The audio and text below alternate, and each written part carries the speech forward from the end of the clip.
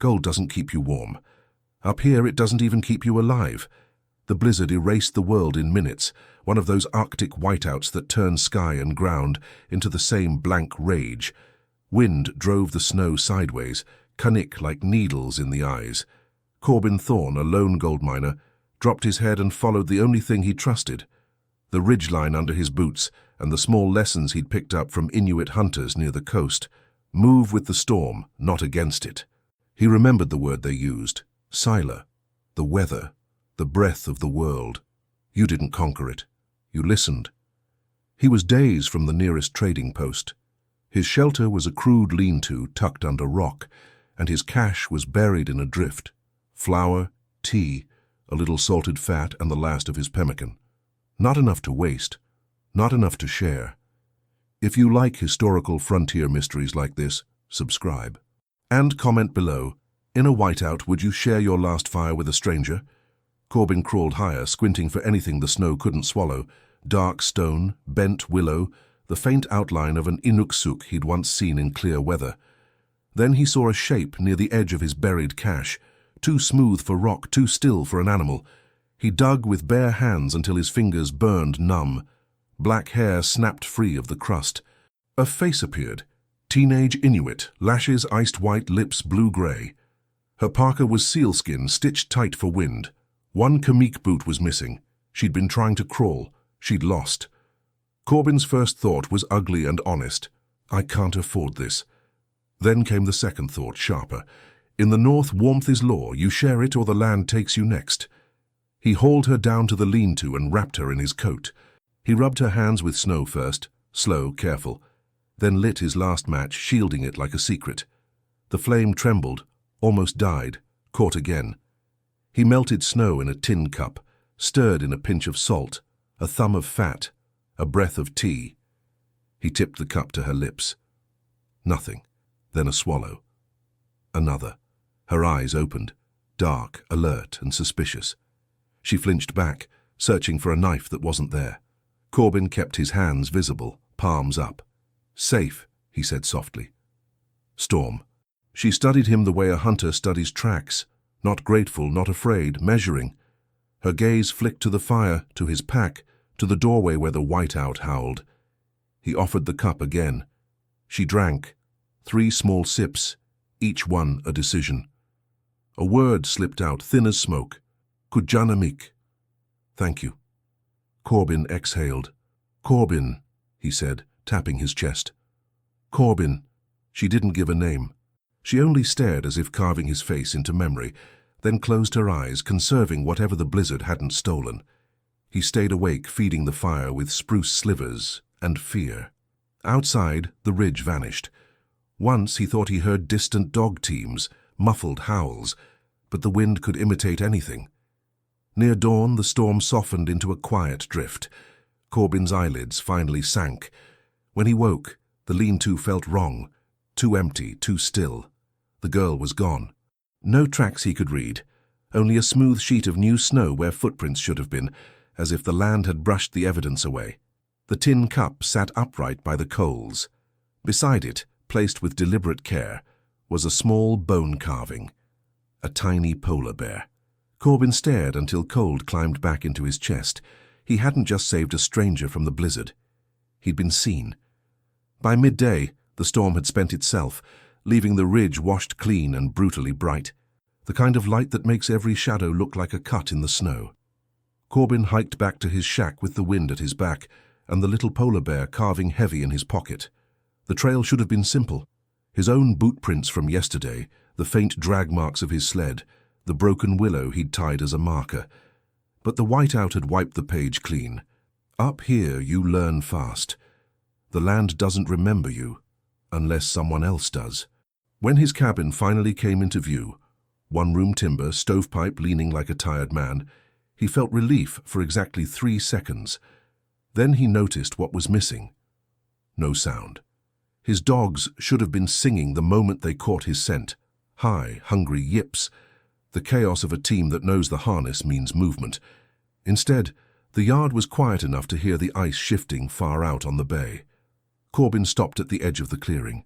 Hand on the axe handle at his belt, not drawing it, just grounding himself. He scanned the snow around the dog line. The tie-outs were intact. The sled was where he left it. The cash box by the wall hadn't been pried open, and yet the dogs sat low, ears back, eyes fixed beyond the cabin as if the air itself had teeth. "Easy," Corbin muttered. One of the lead dogs, old, scarred, smarter than most men, let out a single warning huff and then went silent again. Corbin had seen Inuit dog teams go quiet like that only once before, when a hunter pointed at a distant ridge and said a word Corbin didn't forget: Nanook, polar bear. But there was no bear track, no drag, no churned snow, just absence. A clean space where the world should have left marks. He forced himself to move, slow and ordinary, the way you move when you know eyes might be on you. He checked the stove, the flour sack, the rifle above the door. Nothing missing, nothing disturbed. The cabin looked exactly like it always did, poor and honest and lonely. That's what scared him, because his gut kept insisting, someone has already been here. Outside, the snow around the cabin began to show the first unexplained details once he stopped pretending not to see. A set of prints that appeared for 3 steps and then vanished, as if the person had stepped onto hard-packed drift where no impression would hold. A second set that circled wide, keeping distance from the window. Light feet, careful feet, not the heavy stomp of miners. Then he found it, half buried near the woodpile. A small snow marker made from 3 stones stacked with intention, not accident. Not an Inuksuk tall enough to guide a traveler, but a quieter cousin of it. A sign meant for someone who already knows how to read the land. Corbin had heard elders call such knowledge Inuit Kojimajatu, what has been known for a long time. Not rules, but ways. Someone wanted him to understand one thing. We can come close, we can leave, and you won't always know how. Corbin's throat tightened. He should pack. Take the dogs. Run south to the trading post before the next storm, before whoever was watching decided to stop watching and start taking. He even set his hands on the canvas pack. Then his fingers brushed something hard inside his coat pocket, the little polar bear carving again. And with it, the memory of the girl's eyes in the firelight, not pleading, not begging, choosing. He pulled the carving out and turned it over. In the bright noon sun, he noticed a detail he'd missed, a faint line etched along the belly, like a simple map mark. Not random scratches. Deliberate. A message. Corbin looked toward the ridgeline. Nothing moved. No silhouettes, no smoke, no sleds. But the dogs kept staring as if they could see what he couldn't. Corbin slowly placed the carving on the table beside his tin cup. He didn't lock it away. He didn't hide it. If this was a test, hiding the only proof would be answering the wrong question. He stepped outside, stood in the open, and raised his empty hands, palms forward, letting the wind see he carried no weapon. "I'm not leaving," he said to the snow, feeling ridiculous the moment the words left his mouth. Not today. The dogs didn't move. The ridge didn't answer. Only one thing changed.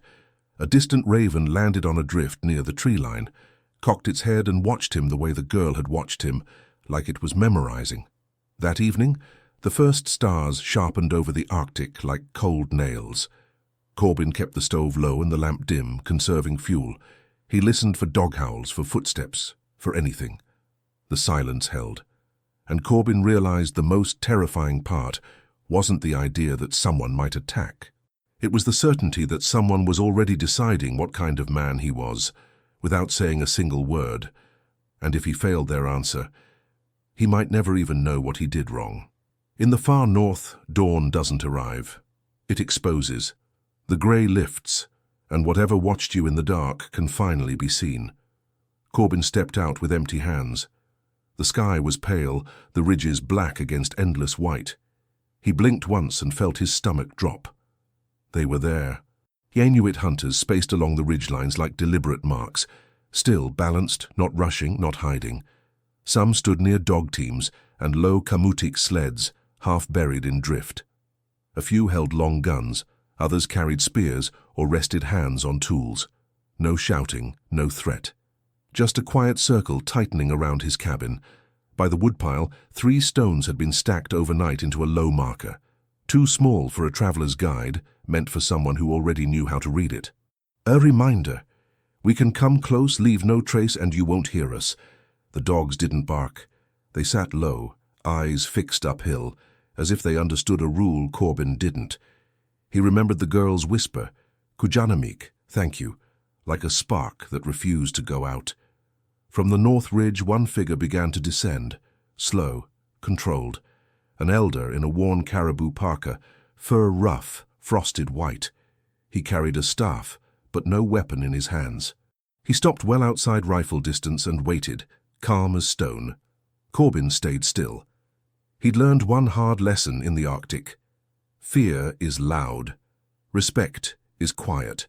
The elder pointed toward the ridge where the storm had been worst. He mimed a stumble, a fall, then pressed his fist to his chest like a heartbeat slowing. He dragged his palm across his lips, hunger, thirst. Then he made the motion of shielding a flame, cupping air, guarding a match from wind, and looked straight at Corbin. The question didn't need words. Why did you help her? Corbin's throat tightened. He could gesture something noble, make himself look important. Or he could offer the only truth that matters when Sela turns cruel. Nobody survives alone. He stepped back into the cabin and returned with the tin cup and the small polar bear carving. He set both on the snow between them, not as payment, as proof. Then he tapped his own chest and swept his hand toward the empty whiteness beyond the cabin. Storm, Corbin said softly, takes everyone. The elder's gaze dropped to the carving. His fingers hovered above it, then paused, as if touching it carried weight. He nodded once, neither smile nor approval, just acknowledgement. Then he raised 2 fingers, and with his other hand traced a wide circle around the cabin. Watching, judging, measuring. Corbin understood with a cold clarity. The girl hadn't vanished. She'd returned to her people. And the land hadn't erased her tracks. Experienced travelers had. Up here you can disappear without magic if you know how to read snow the way others read paper. The elder pointed south, toward the trading route. Then he drew a clean line across his throat. Not a threat, a warning. If you speak, if you lead outsiders here. Corbin shook his head and opened his palms again. No, he said. I stay. The elder studied him a moment longer. Then he pressed his palm to his heart and extended it outward, an old gesture Corbin had seen at winter gatherings when meat was shared without counting. Pijit Sirnik, he remembered, serving, providing, keeping life going.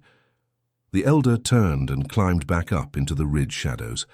The hunters remained silent and motionless, as if they could wait forever. Corbin stood in his doorway, suddenly aware this wasn't a raid. It was a trial. And in the Arctic, the verdict is simple. You either help life continue and you don't. She returned at midday, when the sky was a hard, washed blue, and the wind had gone quiet enough to feel like listening. Corbin saw her first, one figure sliding down the ridge with the same calm control as the hunters above. This time she wasn't dying.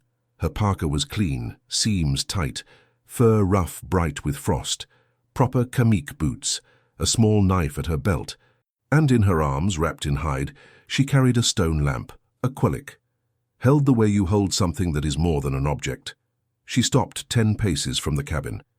The ring of hunters stayed motionless on the ridges, not threatening, measuring. Corbin kept his hands open. You're alive, he said. Alive, she answered, the word careful on her tongue. Then, with a small frown at herself, my English, little, trading post. Little is enough, she tapped her chest. My name, Aputi. A pause as if deciding how much to give. For you saved. Aputi, Corbin repeated. Snow. Her eyes flicked to the stovepipe, the tin cup, the woodpile, then to the little polar bear carving on Corbin's table, as if she recognized the mark of her own camp. She gave a tiny nod, almost private. Then she pointed uphill.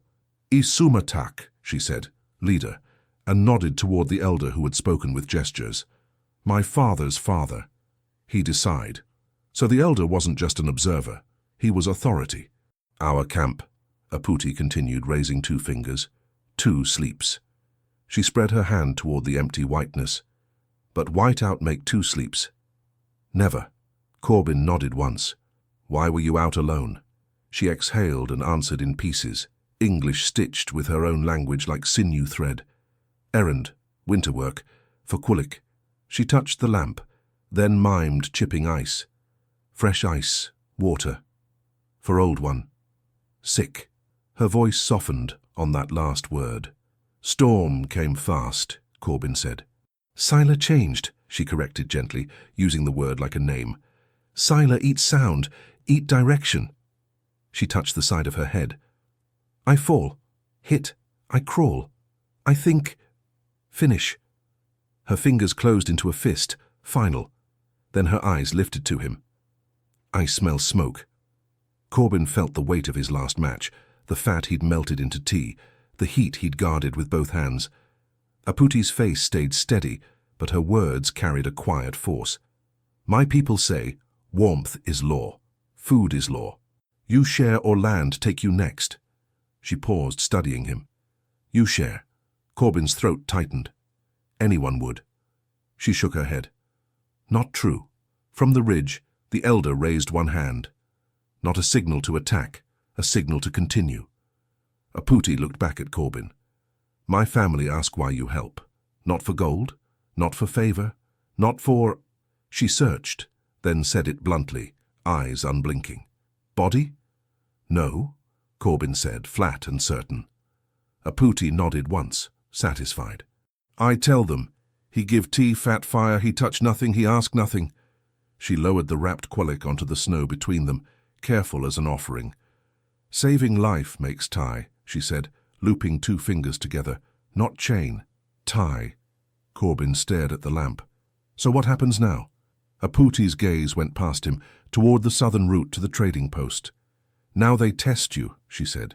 We watch, see if you talk, see if you run, see if you sell us for safety. Her voice dropped, almost kind. Do not fear the silence. Silence is how we decide. Then she turned and walked back up the ridge, leaving the Quillick on his doorstep, lightless, unlit, and somehow heavier than any sack of gold Corbin had ever carried. On the third day, the wind fell asleep. The world turned so quiet, Corbin could hear his stove tick as it cooled. He stepped outside and found the yard changed, a neat line of small snow blocks set along the clearing, each pressed flat on top.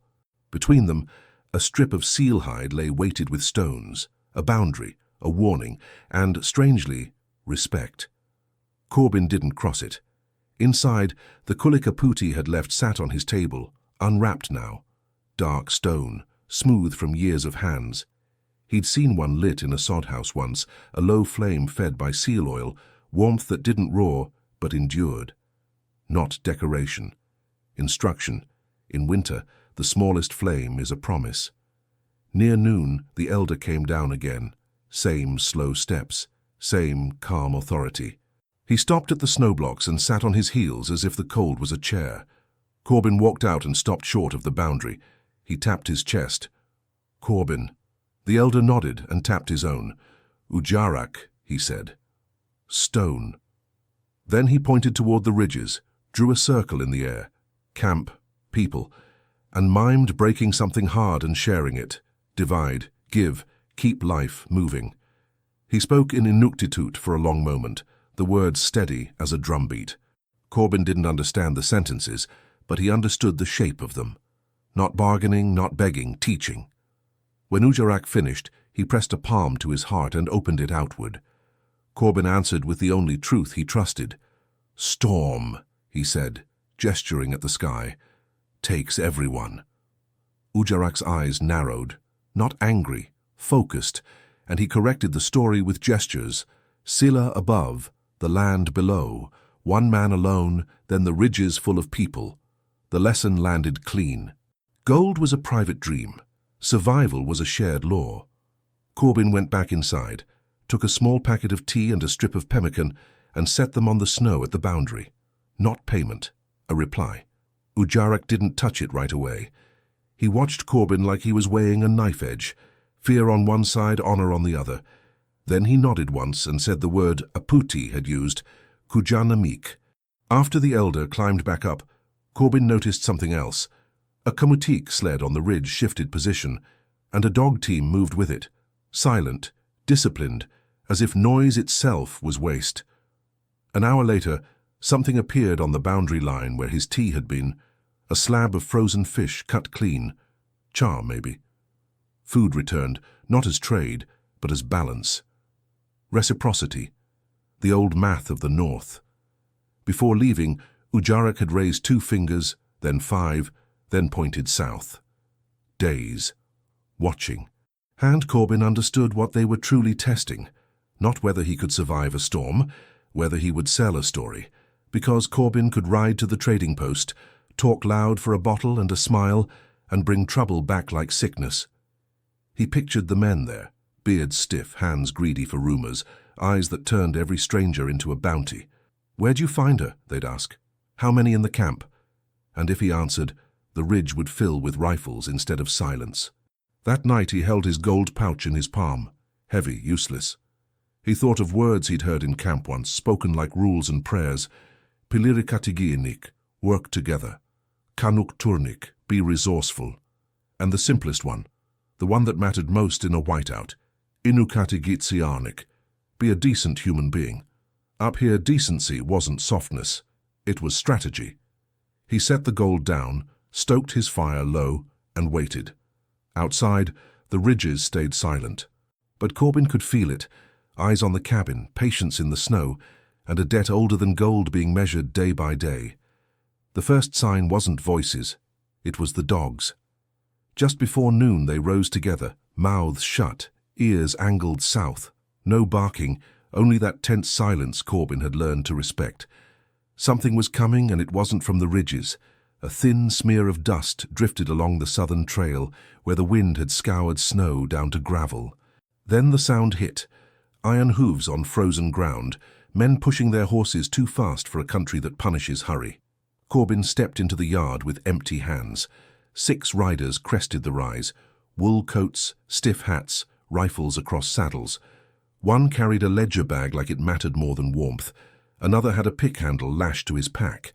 They pulled up in a half-circle, eyes sweeping the cabin, the dog line, the white valley. The leader, a frost-red bearded man, called out, "Hayu Corbin Thorne?" Corbin nodded. "Who wants to know?" "Harlan from the post." The man's gaze lingered on the snow blocks Corbin hadn't placed. "We've got a report. Stores taken on the river, 2 men hurt. Folks are calling it a raid. Trail points north. Points here." The word raid arrived already sharpened, like it wanted permission. A younger rider leaned forward, too eager, rifle already in his hands. "You seen Inuit? Any camp smoke?" Corbin kept his face plain. "I've seen weather." "That's enough." Harlan dismounted and walked closer, boots heavy in the crust. He didn't look at Corbin first. He looked at what wasn't disturbed. No scattered trash, no broken dog stakes, no chaos. His eyes narrowed.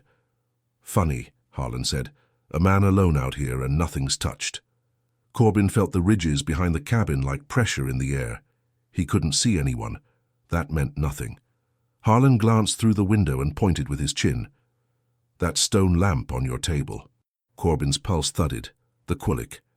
"Found it after the storm," Corbin said. "Drift brought it in." The younger man spat. "Means they've been here." "People pass," Corbin replied. "Same as you." Harlan stepped closer, voice dropping into something that sounded friendly and wasn't. "If you've traded, fish, fur, stories, I don't care. But if you're hiding a camp and I ride back empty, the post blames me. So tell me what you know." Corbin thought of a simple Arctic rule he'd heard in camp. You don't own warmth. You share it, or it owns you. He kept his tone steady. "I know anyone out here dies without help." The younger rider's eyes lit up. "So you did help them." "I'd help you too," Corbin said, and let the words hang. Harlan's expression tightened. "Where are they, Thorne?" Corbin didn't answer. A sound slid across the valley, high, brief, not quite a bird, not quite anything else.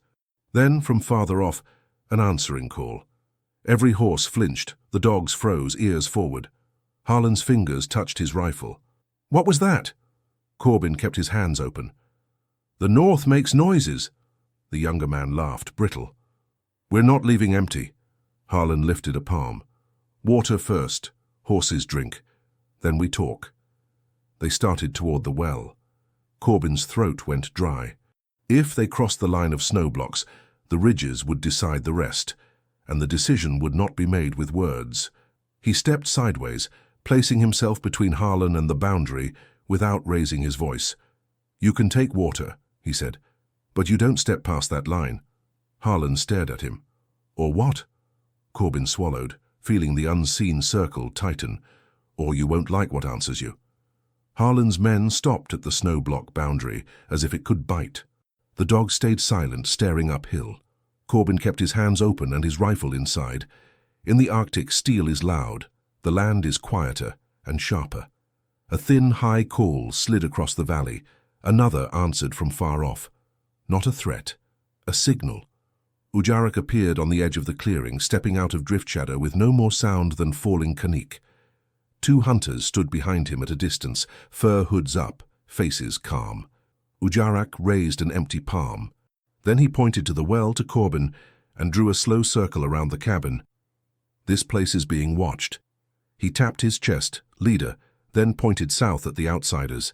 Finally he mimed a small flame in cupped hands and the act of sharing food.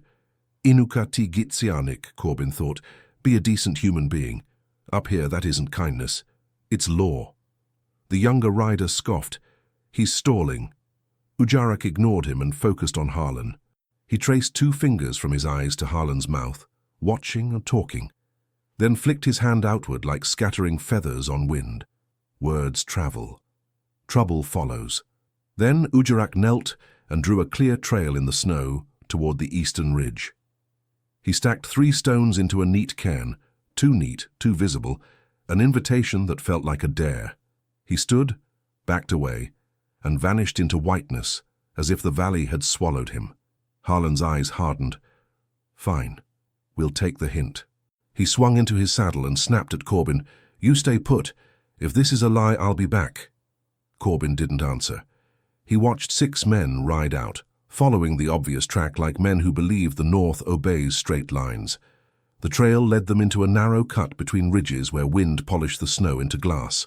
Horses slipped, men dismounted, cursing, leading animals by the reins. Every few hundred yards another cairn appeared, 3 stones, clean stack, easy to see. Breadcrumbs for people who don't know that sometimes an Inuksuk doesn't guide you home. It guides you away. From his doorway, Corbin saw what Harlan didn't. A second path, almost erased, faint sled runner lines far to the west, angled away from the pass. Real movement, hidden movement. The camp's movement. A putti materialized near the woodpile. "My father will not kill them," she said, reading Corbin's face. "What will he do?" "Teach," she replied. "Sela teaches. He only helps." As if on cue, the light shifted. Fine powder began to fall into the pass, soft at first, then thicker, an artificial white veil. 2 hunters on the crest had loosened a cornice with poles and patience, sending down a controlled spill. Not an avalanche, a lesson. Shouts came back, muffled, then frantic. Horses fought for footing. Men tried to turn in a corridor, too slick, too blind. The cairns they'd trusted split into choices, 1, then 2, then 3, each leading to another marker, another loop, another dead end. A whiteout route built from wind and misdirection. Hours later, the riders stumbled into the valley in 1s and 2s, soaked with sweat that froze on their collars. No bullet holes, no scalps, just eyes wide with the realization that they had been hunted without being harmed. Harlan slid off his horse and stared at Corbin. "You could have warned me." Corbin's voice stayed level. "I did. You just didn't hear it the first time." On the ridge above, Ujarak stood still against the sky. He raised one hand, not in threat, but in verdict. The hunt was finished. The lesson had begun. Harlan's party rode south without another threat, but Corbin knew what would follow. Talk. In the north, rumors travel faster than sleds, and men at the post love a story that turns fear into permission. A putti stood at his doorway, eyes on the empty trail. "They will tell stories," she said. "Kalunat stories. Outsider stories. Stories bring more guns." Above the cabin, the ridges looked empty, but Corbin felt the same pressure as before, like being watched through the snow's own eyes. Even the dogs kept their mouths shut. At dusk, Ujarak came down with 2 hunters. He didn't step into the cabin. He stopped at the snowblock line and spoke in slow Inuktitut, the words steady as a drum. Habuti translated in careful pieces like stepping over thin ice. My grandfather says the first law here is not gold, not paper. The first law is breath, inuusik, life. She touched her chest. When the storm eats your strength, only people keep you alive. The Quillic flame is small, but it lasts because someone feeds it. We share fire, we share food, not kindness. Rule. Tomorrow it could be you. Corbin glanced at his pouch of gold. In a whiteout, it was dead weight. Ujarak unwrapped a small bundle of hide and revealed a narrow beaded band. Caribou hide, sinew, blue and white beads, with a thumb-sized piece of carved ivory at the center. The carving was simple, a camp mark, 2 lines meeting like a forked river. He set it on the snow the way you set down a truth. Aputi's voice dropped. Nalunak, a sign. She swallowed, choosing words. You wear it so Inuit travelers know you are safe, so they know your door is not a trap. Corbin didn't reach for it. What does it mean, exactly? It means, Aputi said, if our hunters see your dogs or sled, they will not take from you. If you are lost in whiteout, we look for you. If a hungry person comes, Inuk or Kalunaat, you share. She pointed toward the ridges where small stone markers stood half-buried. We read signs, snowcuts, Inuksut, camp marks. This tells us who you are without words. And men like Harlan? Corbin asked. Aputi's eyes hardened. They read it too. They will call it native colors and decide what you are before you speak.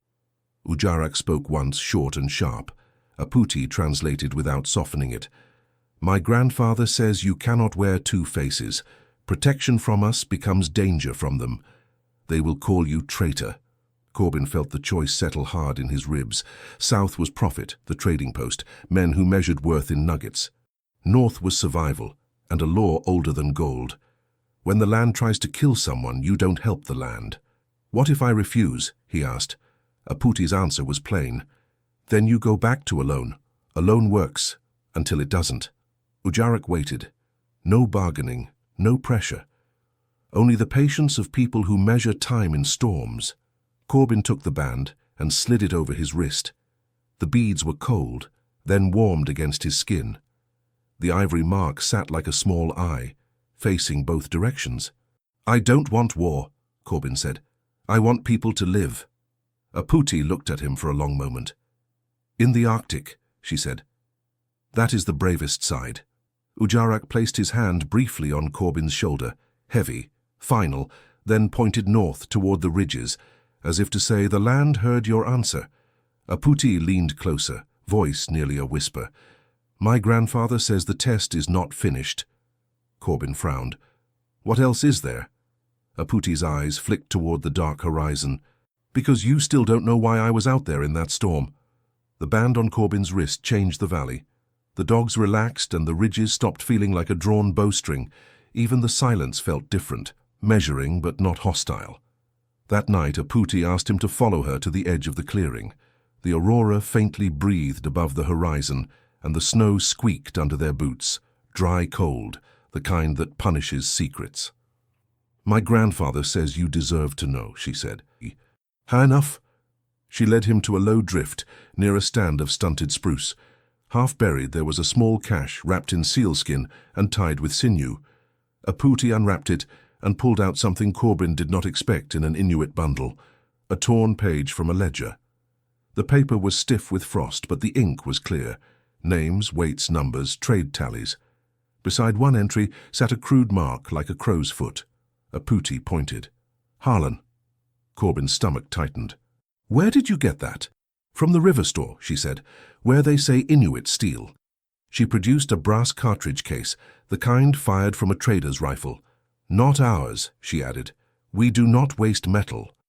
Then she opened her palm to show a silver button stamped with a crest. Corbin recognized it from the post, a uniform piece from a man who liked to play law. Aputi's voice stayed calm. The raid was made to look like us. Smoke, broken boards, tracks pushed with sticks. They left signs that point north. They want Kalunat angry. Angry men bring guns. Guns move Inuit away from the new strike. Corbin stared at the ledger page. So you weren't just lost. Aputi shook her head. I was sent. She touched the ivory center of his band. My little brother is sick. Chest. He cannot breathe when the cold bites. Our Angakuk has herbs, Labrador tea, spruce gum. But we needed medicine from the post. Powder. Bottle. The post will not sell to us now. Too many lies. She swallowed once, then continued. My grandfather sent me with proof. He needed one Kalunat who would look and not sell it, one who would hear truth and not turn it into profit. Corbin felt anger rise. And you chose me, because I gave you fire. Aputi nodded. Because you helped when you thought no one would know. In the Arctic, that is how we measure a person, not by what he says when the crowd watches, but what he does when only Sila is listening. We watched you, she went on, 6 days, to see if you rode south and spoke, to see if you would trade lives for comfort. Corbin's jaw tightened. If Harlan staged it, he'll do worse. Aputi's eyes flicked toward the south trail. He will come back. Next time not to ask. To take. She rewrapped the cash and pressed it into Corbin's hands. This is why my grandfather gave you the mark. Not only to protect you, to bind you to truth. Corbin looked down at the ledger page, the cartridge, the button. Proof that could start a war or stop one. Either way, it would make him a target. So what do you want from me? He asked. Aputi's answer was quiet. Stand still, like you did in the yard. Let their lies crash into your silence. Then she added the part that made Corbin's blood go cold. My grandfather says tomorrow we lead you to the place where the raid began. You will see who truly hunts in this land. The aurora brightened for a moment, rippling like a curtain pulled aside. And Corbin understood. The storm that nearly killed Aputi wasn't the real danger. The real danger wore wool coats, carried ledgers, and called greed justice. 3 weeks passed, and the valley learned Corbin's new shape. He still split wood, still boiled tea, still checked his traps and his dog lines, but he did it with the mark visible on his wrist. He didn't hide it. Hiding would be an answer, and the Arctic punishes the wrong answers faster than men do. Some mornings he'd find fresh fish at the boundary line. Once a strip of seal fat, once a bundle of dried willow bark for kindling. No words, no visits, just the quiet reminder, you are not alone anymore. Corbin never went south to the trading post. He didn't need to. He could feel the rumor coming the way you feel a storm before it arrives. Pressure in the air, a restlessness in the dogs, ravens circling too low. It came on a Tuesday, under a sky so clear it looked cruel. 8 riders broke the southern trail moving hard. Harlan was in front, beard thicker, eyes meaner. The younger man rode beside him with a new rifle that shone like pride. 2 others wore the post's colors under their coats, and one carried a short-barreled shotgun wrapped in oilcloth. They pulled up in a half-circle again, but tighter this time, horses snorting, men already angry. Harlan didn't waste breath. Heard you've been wearing their sign. Corbin stepped out, slow and empty-handed. The band was on his wrist, blue and white beads catching the sun. He made no move to cover it. Harlan's mouth curled. Rumors were true. You came back, Corbin said. So the story didn't satisfy you. The younger man pointed with his rifle. That mark means you're feeding them, helping them. It means I'm alive, Corbin replied. And my dogs are alive. That's the only promise I made. Harlan dismounted and walked forward, boots crunching. We've got men hurt on the river, stores taken, families scared, and now we hear a miner out here is protecting the enemy. Corbin held Harlan's gaze. You want the truth? Harlan's eyes narrowed. I want you to remove it. Corbin didn't move. The raid was staged. The words hit the cold air and didn't freeze. They hung there like smoke. Harlan's expression didn't change at first. Then the tension around his eyes tightened, almost imperceptible. Careful, he said. Corbin reached into his coat and pulled out the frozen bundle Aputi had shown him. Ledger scrap, cartridge case, silver button. He didn't throw it.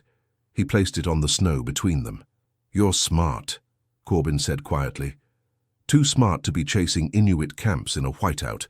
That's why you need fear. Fear makes men stop asking questions." The younger rider stepped forward. "This is nonsense." Harlan raised a hand, stopping him. His eyes were locked on the ledger scrap. "Where'd you get that?" Harlan asked. Corbin didn't answer. He let silence do what it does best, force a man to fill it with his own guilt. Harlan's jaw flexed. "You're accusing me." "I'm saying," Corbin corrected, "that someone wants Inuit driven away from the new strike, and the only people who benefit from that are the people already counting the gold." For a moment the only sound was the dogs breathing. They sat low, ears angled toward the ridges. Harlan's hand drifted toward his revolver. "You think you're safe because you wear beads?" Corbin's voice stayed steady. "I think I'm safe because I chose warmth over profit." The younger man's patience snapped. "We can take that mark off him." He raised his rifle, and the land answered. A long, high call rolled across the valley, not one voice, many, threading through the ridges, echoing off rock and snow. Then another call answered from behind the cabin, and another from the north. The horses danced, eyes wide. The men stiffened, scanning the slopes. They saw nothing. Because the Inuit didn't show themselves like targets, they showed themselves like weather, everywhere at once, and never where you aimed.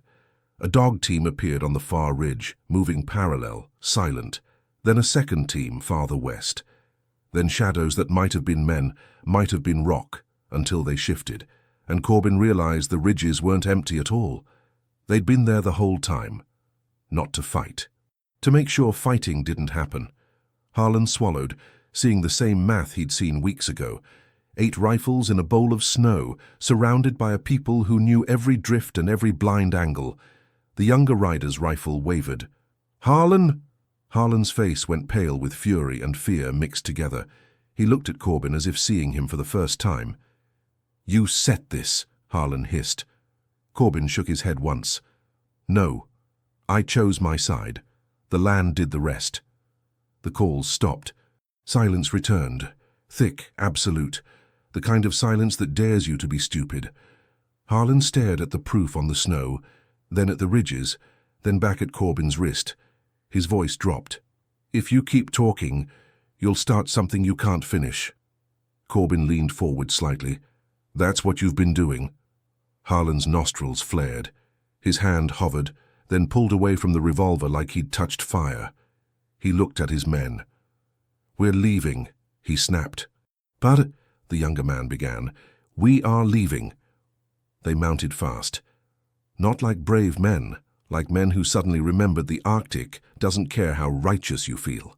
Harlan kicked his horse into motion and rode south, and the others followed, glancing over their shoulders as if expecting the snow to rise and swallow them.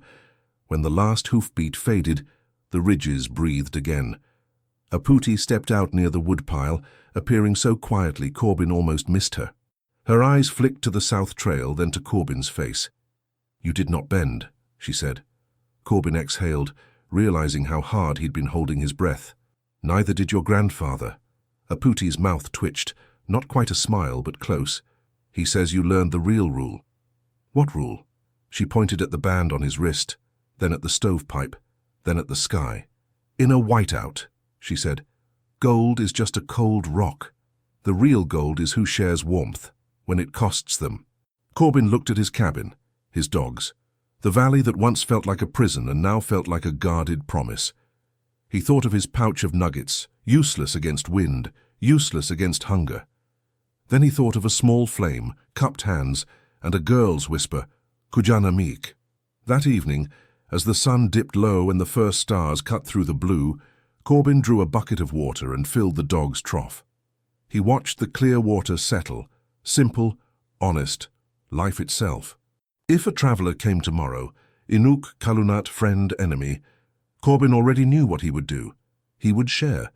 Because in the north, the bravest thing a man can choose isn't a fight, it's warmth.